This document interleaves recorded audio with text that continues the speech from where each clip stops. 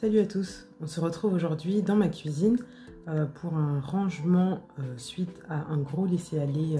Cette semaine j'ai été pas mal prise sur autre chose qui ne concernait pas du coup la gestion de la maison, et en plus de ça notre lave-vaisselle nous a lâché il y a environ une semaine.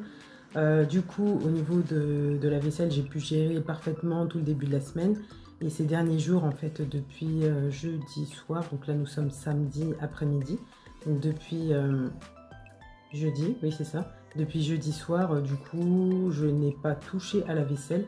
J'avais absolument pas le temps. J'ai préféré me focaliser sur la famille plutôt que sur la gestion de la maison, ce qui selon moi est une plus grande priorité. Donc du coup voilà, là il est temps que je m'y remette, que je remette la cuisine en état pour que je puisse du coup préparer le début de semaine cet après-midi et demain. Donc je vous embarque avec moi pour cette vidéo. Voilà, donc comme dans toutes les maisons, hein, il y a du laisser aller parfois. Moi je suis quelqu'un d'assez organisé, je crois. Enfin, c'est ce que je pense en tout cas. Je suis quelqu'un d'assez organisé, j'anticipe les choses, mais là, parfois il y a des imprévus qui font que on n'a pas le temps de gérer telle ou telle chose. Ça peut arriver partout, ça peut arriver à tout le monde. Donc voilà, juste une vidéo du coup qui va aussi vous permettre de vous déculpabiliser si vous pensez qu'il faut être parfaite tout le temps. Ça n'existe pas de personne parfaite. On a des coups de mou, on a des hauts comme des bas, donc voilà. Je vous embarque avec moi pour cette vidéo pour la remise en état de ma cuisine suite à un gros laisser-aller.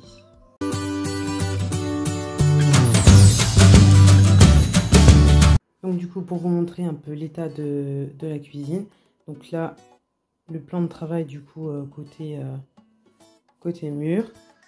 Donc là voilà, il y a des choses qui sont accumulées, il y a les calendriers de l'Avent du coup qui sont juste derrière le robot. On a les pommes qu'on a achetées pendant la semaine qui sont restées là, des emballages ouverts, terminés, du café, des bols, enfin bref voilà, tout un tas de bordel. De l'autre côté c'est encore pire, du coup la vaisselle comme je vous disais c'est accumulé pendant du coup toute la journée d'hier et jeudi soir. Là voilà, on a rassemblé quelque chose du coup, quelques petites choses à mettre aussi à la poubelle, une casserole qu'on a utilisée qui est restée là. Donc voilà, c'était vraiment pas ma priorité durant ces derniers jours, mais là il faut que je remette tout ça en état. Et là du coup mon plus gros problème c'est que mon lave-vaisselle ne fonctionne plus. En emménageant je pensais que ce serait pas un gros problème pour moi de ne pas avoir de lave-vaisselle, mais au final voilà, je me rends compte quand je peux pas l'utiliser que ça me soulage quand même pas mal. Donc là c'est parti pour tout nettoyer.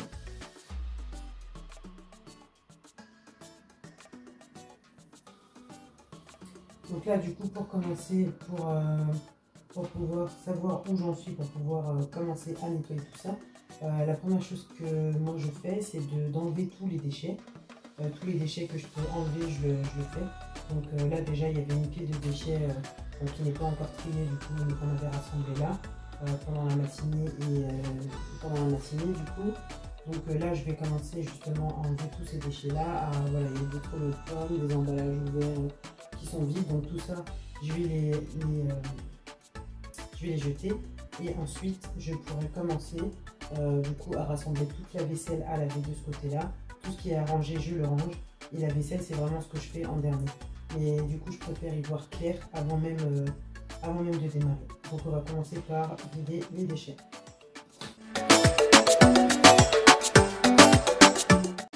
Donc ensuite on continue en mettant toute la vaisselle, en rassemblant toute la vaisselle à côté du lavabo, donc toute la vaisselle à laver évidemment, et à ranger tout ce qu'on peut ranger.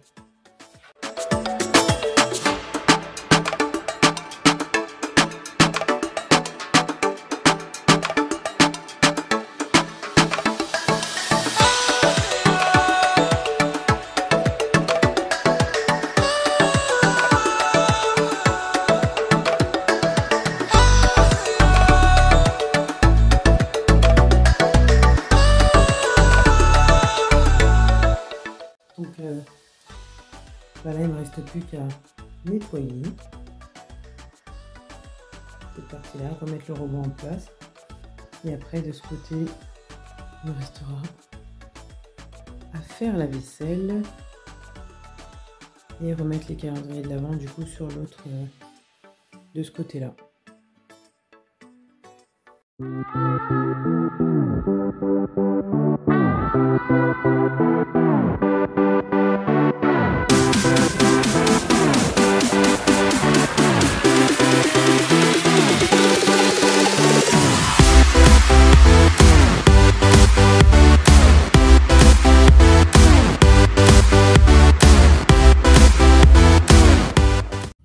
coup, à chaque fois que je fais des vidéos, je me rends compte que en fait, enfin, soit avant, soit après avoir fait la vidéo, je me rends compte qu'il y a vachement de choses dont j'aimerais discuter avec les gens du coup qui font partie de la communauté et du coup qui me suivent. Enfin, de la communauté YouTube, je veux dire. Et du coup, en fait, je me rends compte que j'ai jamais vraiment l'occasion de discuter avec vous. Je voudrais tester un nouveau, un format vidéo un peu différent. En fait, les vidéos justement où voilà, on traite d'un sujet bien particulier, mais où je peux vous parler aussi de choses qui sont toujours liées.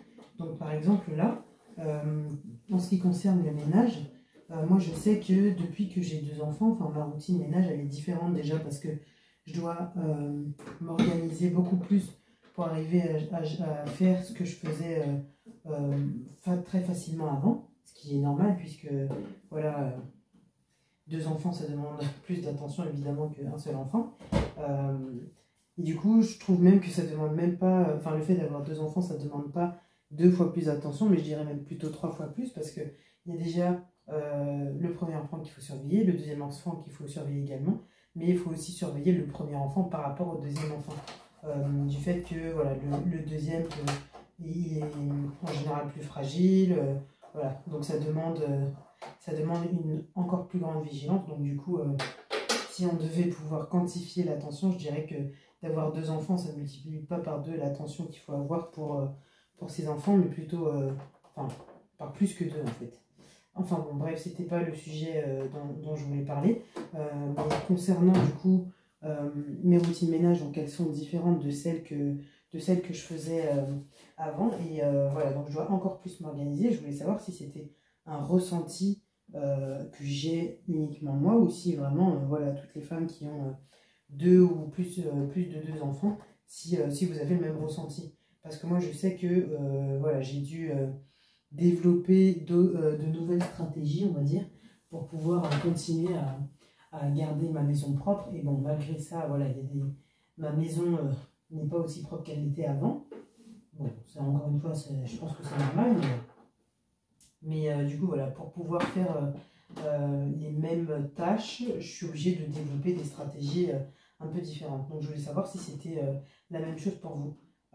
Et du coup, comment est-ce que vous vous organisez? Est-ce qu'il y a des mamans qui se sentent débordées? Et si oui, vous vous sentez débordée, sur quel point en fait vous vous sentez débordée? Est-ce que, voilà, en discutant ensemble, ne serait-ce que par commentaire, est-ce que peut-être qu'on pourrait, enfin moi ou d'autres personnes qui suivent cette chaîne pourraient apporter des solutions, voilà, des choses que d'autres femmes ont testées et qui ont marché pour elles. Enfin voilà, le sujet sur lequel je voulais échanger avec vous aujourd'hui.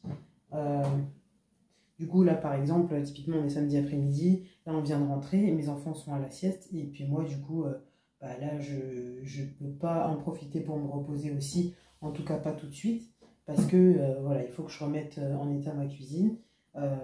Sinon, si j'attends qu'ils soient réveillés, ça va me demander beaucoup plus de temps que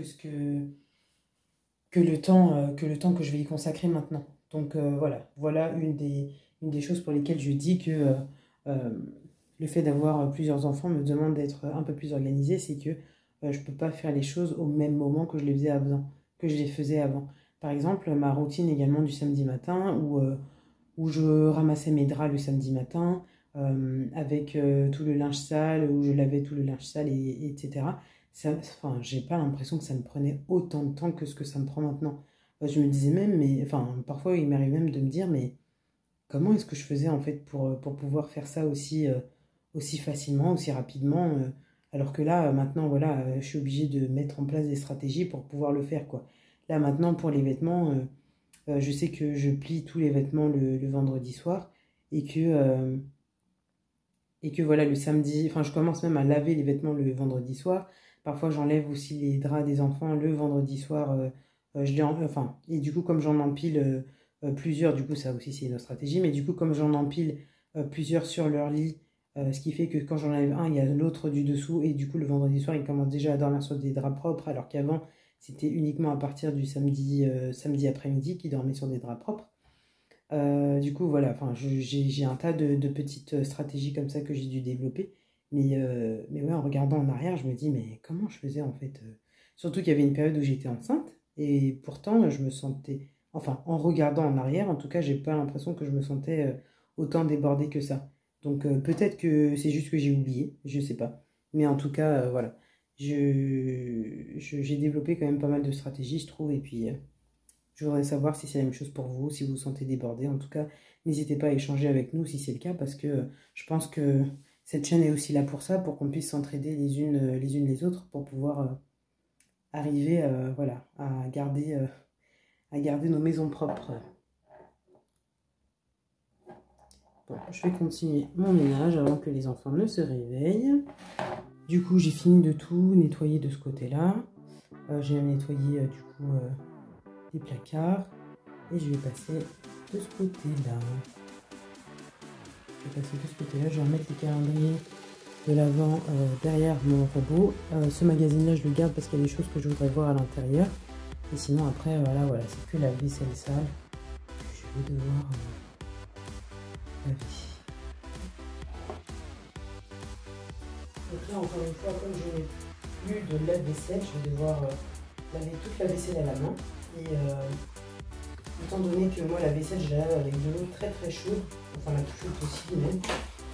Du coup, je porte des gants pour me protéger les mains parce que j'ai déjà les mains super abîmées. Voilà, quand je touche un vêtement très doux, on va dire, mes mains, enfin, ma peau accroche le vêtement tellement j'ai les mains abîmées. Donc, je porte des gants pour me protéger de l'eau chaude et de liquide vaisselle.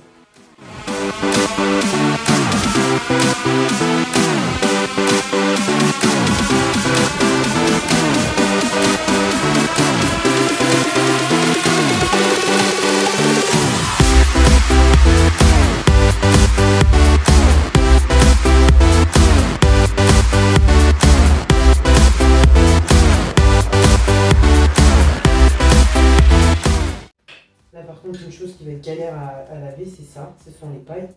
Les pailles en bambou du coup que j'achète à mes enfants. Donc en fait c'était un lot de 10. D'ailleurs je vous remettrai le lien en barre de description. Je crois que je les avais achetés sur Amazon. Ou je peux en retrouver sur Amazon sûrement. Bref, je regarderai la marque sur la boîte des autres pailles que j'ai. Parce que voilà, c'était un lot de 10. Mais du coup j'en ai sorti que 3. Dont une où il y a un plus petit diamètre. Du coup, celle-ci sert principalement à ma fille et ces deux-là, du coup, à mon fils. C'est vraiment pratique, du coup, ces pailles-là, puisque ça évite d'avoir des pailles jetables, des pailles en plastique.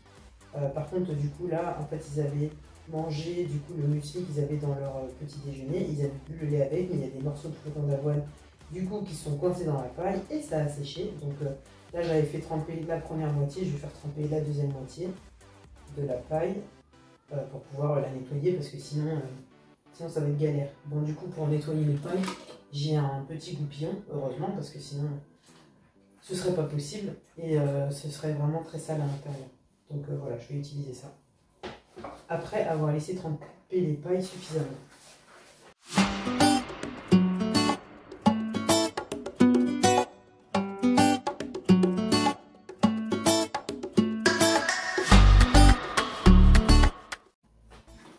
Pour les biberons de ma fille, une autre astuce du coup que j'ai remarqué qui était assez pratique et du coup que j'utilise.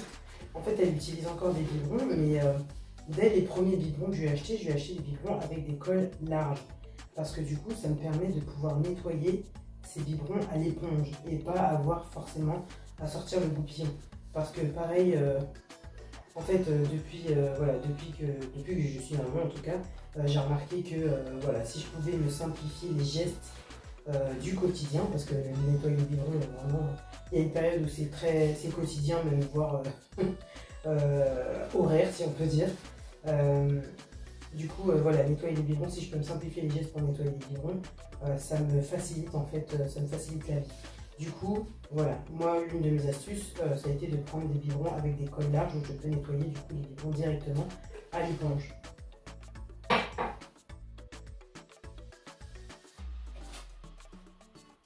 Ok, donc là, je pense que les pailles ont suffisamment trempé. Donc déjà, je nettoie l'extérieur. Voilà, j'essaie de mettre un peu de mousse sur l'entrée et j'utilise mon goupillon.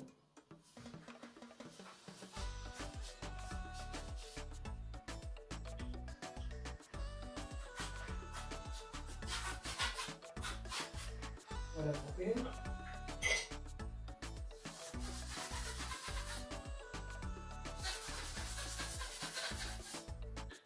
Deux.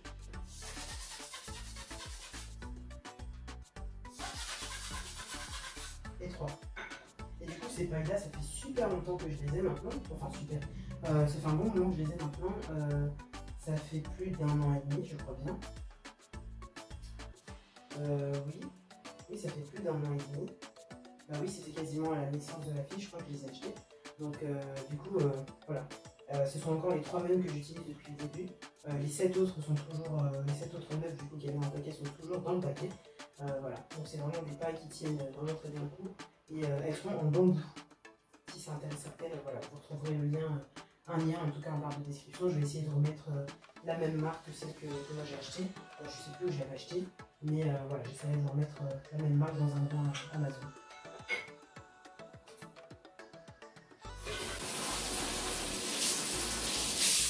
Là du coup j'ai fini de vider mon lavabo, donc il y a encore toute la vaisselle sale ici, mais je m'en occuperai après.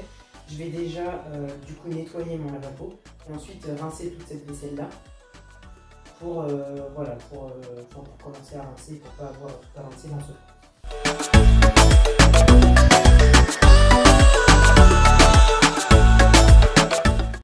Et ensuite je nettoie mon lavabo.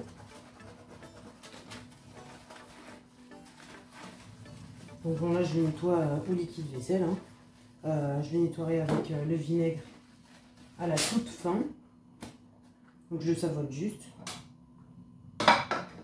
Et je vais remettre du coup toute ma vaisselle qui est là sur le côté et qui est déjà lavée. Je vais la remettre dans le lavabo pour pouvoir la rincer.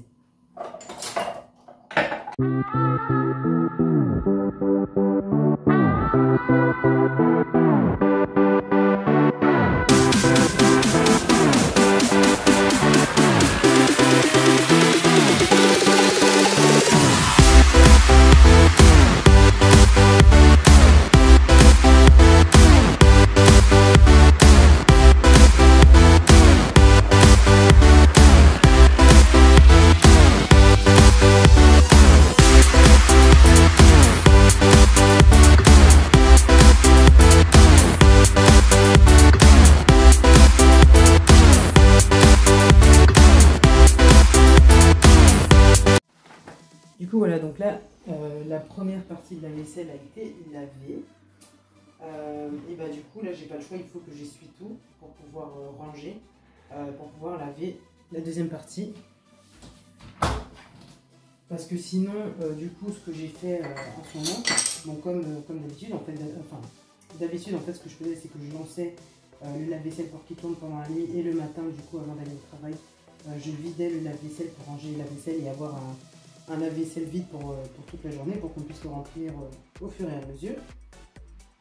Mais là du coup, bah là en fait ce que j'ai fait cette semaine c'est que je faisais ma vaisselle le soir, je la laissais sécher pendant la nuit et du coup le lendemain matin du coup pareil avant d'aller au travail je rangeais la vaisselle. Mais là du coup comme il me reste encore toute la partie qui est à côté du coup à laver et que je n'ai plus de place sur la partie étendard de mon lavabo et que je déteste voir la vaisselle en train de sécher éparpillée dans toute la cuisine parce qu'après ça monopolise complètement la cuisine. Du coup je vais devoir sécher tout ça avec une serviette propre pour pouvoir ranger directement avant de pouvoir laver la deuxième partie de ma vaisselle.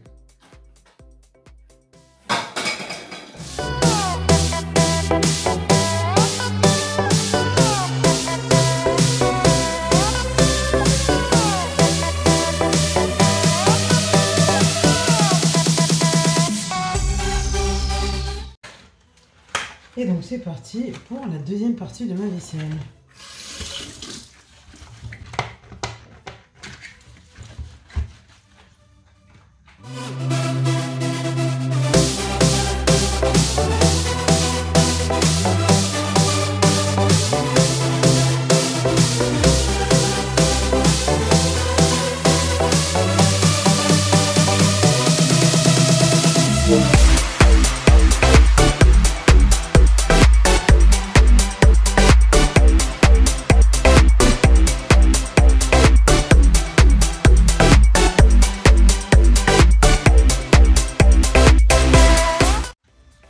Là, vous voyez encore, biberon à col large.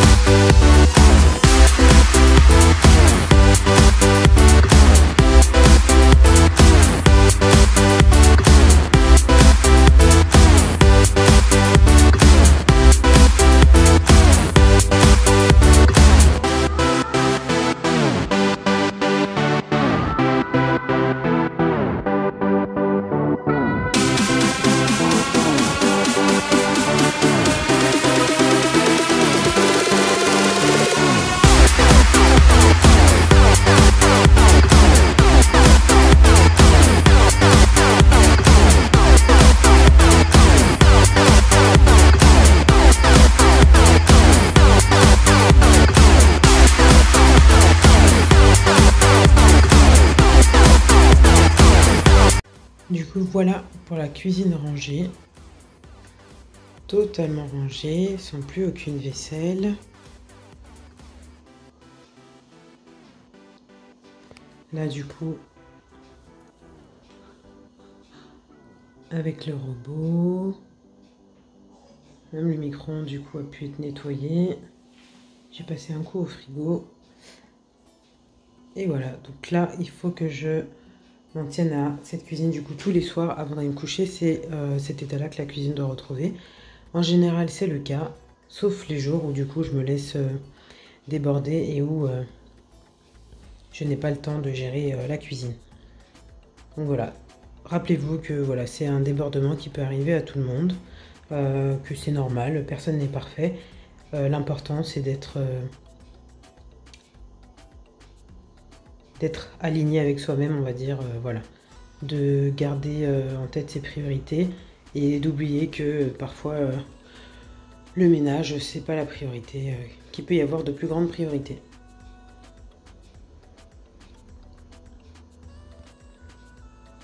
Donc j'espère que cette vidéo vous aura plu, qu'elle vous aura permis également de vous déculpabiliser, pardon, pour celles qui culpabilisent parfois